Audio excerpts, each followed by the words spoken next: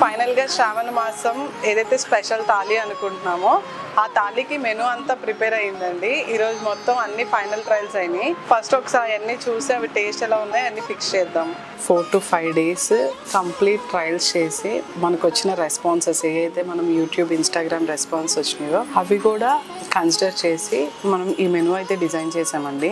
ఈ థాలీలో ఉండే special items ఏంటంటే ఆవు పెట్టిన పులిహోర కానీ రవ్వ పులిహోర, ఒక రోజు అది ఒక రోజు ఇది అనుకుంటున్నాము. కందపూస అంటామండి, చామదుంపల పులుసు, సేమియా దద్దోజనం, ఉసిరికాయ పచ్చడి. రైనీ సీజన్ అండ్ వింటర్స్ లో మనకి ఎక్కువ కావాల్సింది ఇమ్యూనిటీ. సో ఉసిరికాయ మనకి ఇమ్యూనిటీలా వర్క్ చేస్తే, అండ్ గుగ్గిళ్ళు మనం అమ్మవారికి ప్రసాదం పెడతాం కదా, చలివిడి వడపప్పు. సో ఇవన్నీ గుళ్ళో ప్రసాదాలకి అలా పెట్టే ఐటమ్స్ నే మెయిన్ గా తీసుకున్నాం అనమాట. ఇదండి ఓవరాల్ గా శ్రావణ మాసం థాలీ.